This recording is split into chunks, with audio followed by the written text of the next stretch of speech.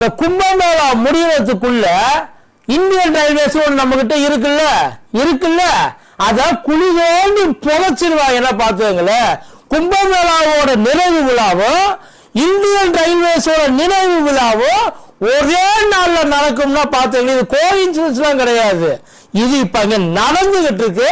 ஆனா ஒரு பயலும் இத பத்தி வாயையே திறக்க மாட்டாங்க.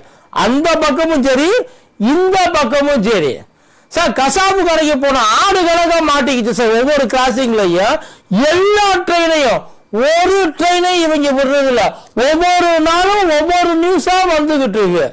கிட்டத்தட்ட ஈயம்பித்தாளை பழைய இரும்புச்சாம ஈயம்பித்தாளைக்கு பேரு சம்பளம்னு கொண்டு போய் மிச்ச மீதியை வித்து விட்டு அத்தனை பேருக்கு இவங்க பேரு சம்பளத்தை கொண்டாந்து கொடுக்குறாங்களா இல்லையா மட்டும் பாருங்க. இது அப்ப இந்தியன் ரயில்வேஸ் சார் அடிச்சு நொறுக்குறாங்க. எந்த ஒரு ட்ரெயினும் அவங்க தாய் போல திக்குன்னு உட்கார்ந்து இருக்காங்க. இன்ஜின்ல டிரைவர் முத கொண்டு, ஏன்னா டிரைவர் லோக்கோ பைலட்டை வெளில தள்ளி உள்ள கதவு சாத்தி இவங்க உட்கார்ந்துட்டாங்க. பார்த்தாங்களேன், எவ்வளவு சம்பவம் நடந்திருக்கு தெரியுமா? எல்லாத்தையும் இப்ப பார்த்துருவோம்.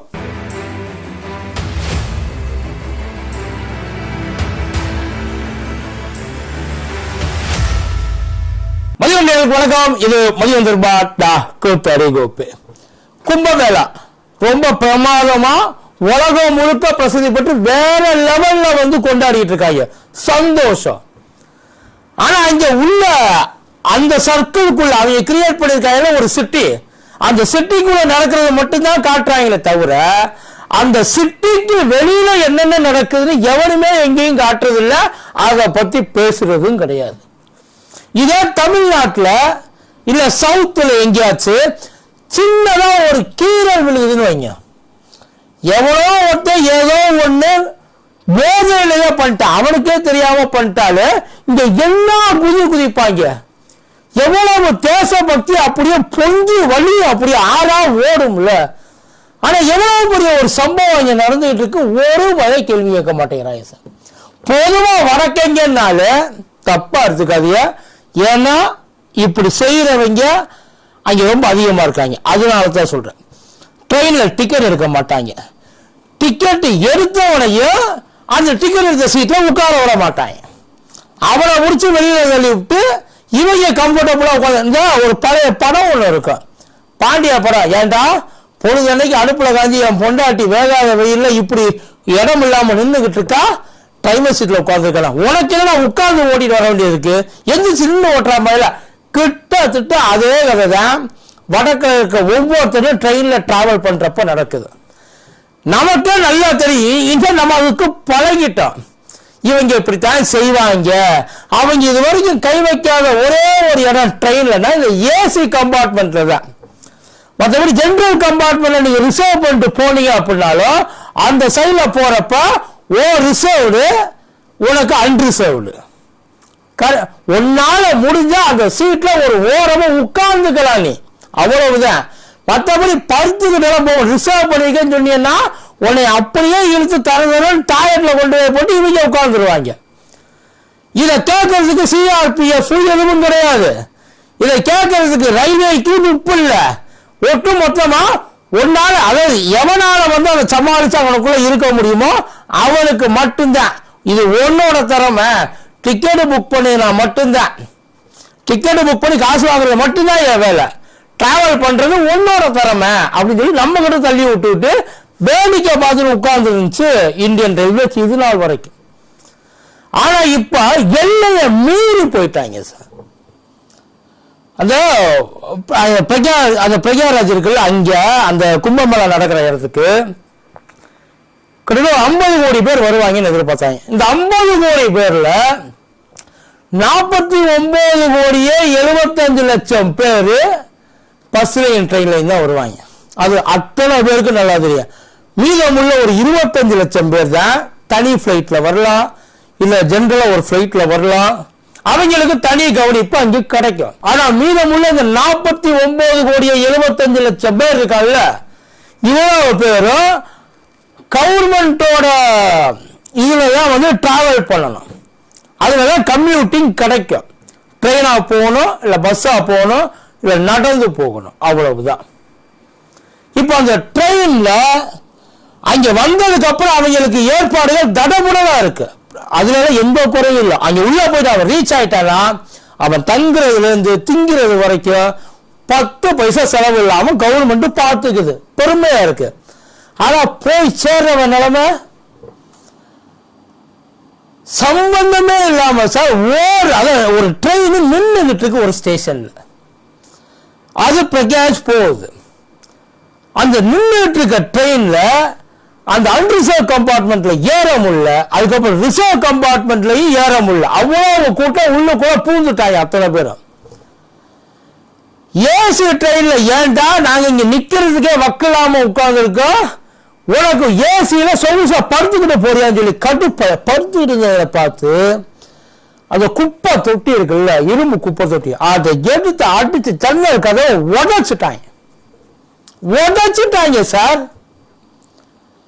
இங்க இருக்கிறவங்க அவ்வளவு பேர் வாயை பொத்து, ஒட்டுமொத்த இந்தியாவும் இதை வெளியில பேச முடியாத அளவுக்கு வாயை பொத்திட்டு கிடக்கு. ஏன் அப்படி பொத்திட்டு கிடக்குன்னு தான் தெரியல. இப்ப இதுக்கு எவன் பொறுப்பேற்றுக்குவான்? இப்ப இங்கெல்லாம் தேசபக்தி எல்லாம் வராதா உங்களுக்கு? ஒரு பையன் இதை கேள்வி கேட்க மாட்டானா? இது தப்புன்னு எடுத்து சொல்றதுக்கு கூட ஒருத்தருக்கு கூட தைரியம் இல்லையா என்ன? ஏன் பேச மாட்டேன்றாங்க சார்? அதாவது காசு கொடுக்காம ட்ரெயினுக்குள்ள ஏறி டிராவல் பண்ணி போகணும்னு நினைக்கிற அவனுக்கு அவ்வளவு காண்டா இருந்துச்சுன்னா, முன்னாடியே பல மாசத்துக்கு முன்னாடி முன்கூட்டியே பதிவு பண்ணி அந்த ட்ரெயின்ல தனக்கான சீட்ல உட்கார்ந்து போற அவனுக்கு எவ்வளவு கோபம் வரும்? அவனோட ஸ்டேட்ல அவனோட இடத்துல பல பேர் இன்னைக்கு இருக்கிறான். ஐயா அன்ரிசர்வ்ல போறவங்களை பத்தி கவலையா இருக்கு, உண்மையிலே கவலையா இருக்கு. ரிசர்வ் பண்ணிட்டு போறவங்களுக்கு அந்த கவலை இருக்காதா இல்ல? அப்ப அவனுக்கு இவனுக்கு ஒட்டுமொத்தமா ட்ரெயினுக்கு ரிசர்வேஷனே இல்லைன்னு சொல்லி யாருக்கு எந்த பிரச்சனையும் கிடையாது. எந்த ட்ரெயினுமே எந்த வசதியும் கிடையாது. ஃபர்ஸ்ட் ஏசி கிடையாது, செகண்ட் ஏசி கிடையாது, தேர்ட் ஏசி கிடையாது, ரிசர்வ் கிடையாது, அன்ரிசர்வ், எல்லாமே அன்ரிசர்வ். ஒட்டுமொத்தமா சொல்லிட்டு போங்க. யாரும் இப்ப குறை சொல்ல போறது இல்லைல்ல. அப்பா அவனுக்கு யார் யாருக்கு திறமை இருக்கோ அவன் ஏறி உள்ளுக்குள்ள பூந்து உட்காந்து டிராவல் பண்ணலாம். அப்புறம் எதுக்கு இந்த சிஸ்டம் கொண்டாந்து வச்சிருக்கீங்கன்றான் சார். ஒரு இதுல வெஸ்ட் பெங்கால்ல எங்கேயோ நினைக்கிறேன், லோக்கோ பைலட் பயணம் அந்த இன்ஜின் இருக்கும்ல, அந்த இன்ஜினுக்குள்ள ஏறி போய் உள்ள உட்காந்து உள்ள லாக் பண்ணிட்டாங்க சார். உள்ள லாக் பண்ணிட்டு அதுக்கப்புறம் சிஆர்பிஎஃப் வர்றாங்க, ரயில்வே போலீஸ் வருது. அவளுக்கு ஒரு 20 பேர் உள்ள உட்கார்ந்து இருக்காங்க அந்த இன்ஜின்ல உள்ள ஏறி. எங்க பெட்டியில இடம் கிடைக்கலன்ட்டு அடிச்சு இழுத்துட்டு போறாங்க சார். ஒவ்வொரு நாளும் ஒவ்வொரு மாதிரியா போகுது.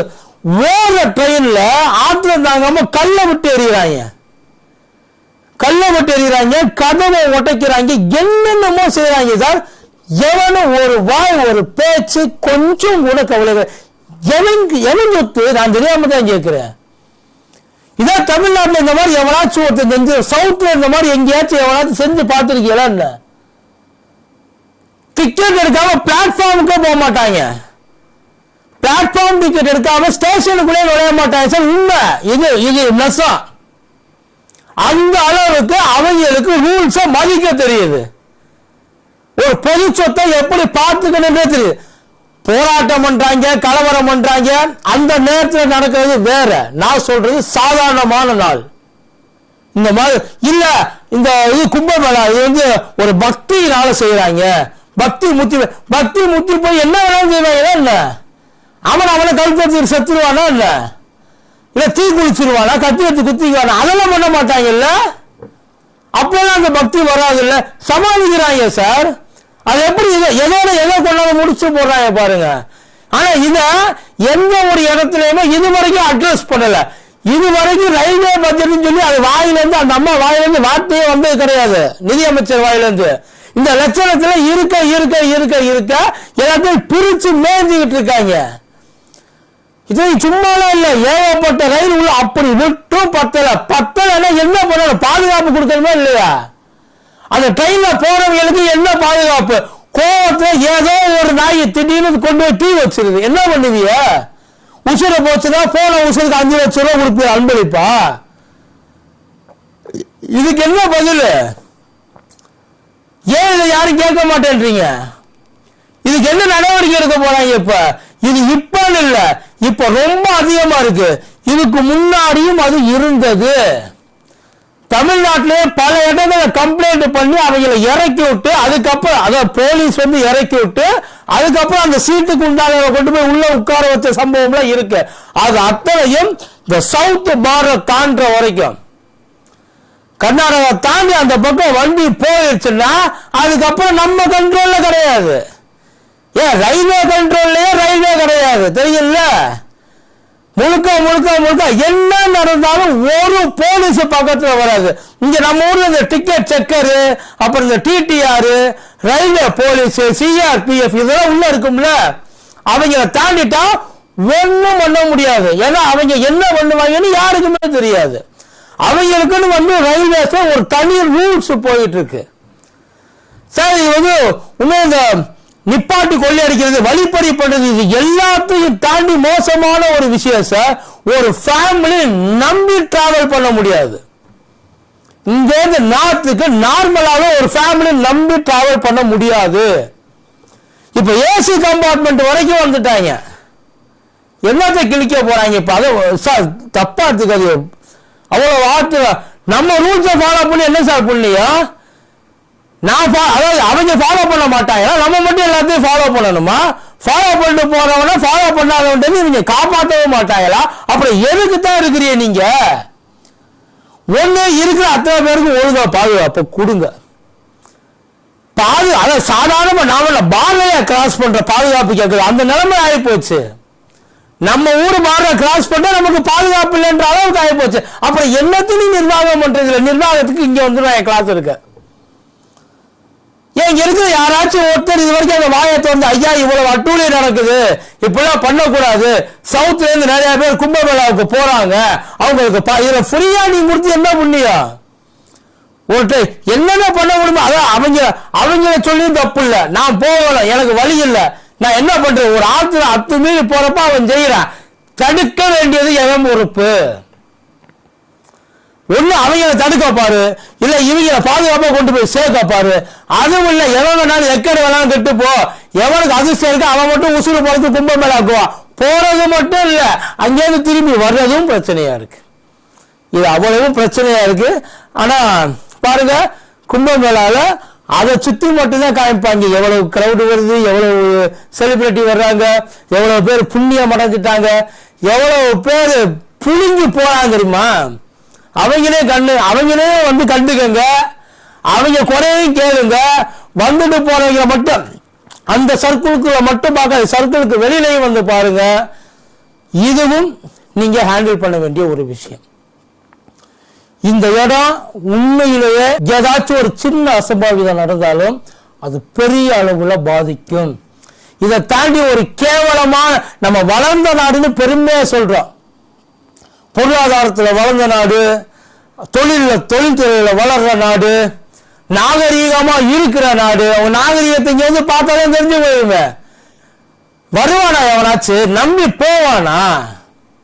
அந்த லட்சணத்துல இருக்கு இவங்களுக்கு. இவங்க இதை கண்டிக்க மாட்டாங்க. கேட்டா சாமி சம்பவம், அதனால நம்ம தலையிடக்கூடாது. பக்தர்கள் சில நேரங்கள் அப்படித்தான் இருப்பாங்க. ஒரே வார்த்தையில முடிச்சுட்டு போயிட. இவங்க பக்தர்களாடா? குப்பை தொட்டியை தூக்கி அடிக்கிறான், கல்லை தூக்கி அடிக்கிறான், கதவை உடைக்கிறான். இவங்க பேரு பக்தர்கள் மொத்தமா நீங்க வச்சிருக்கீங்க, அப்படித்தானே?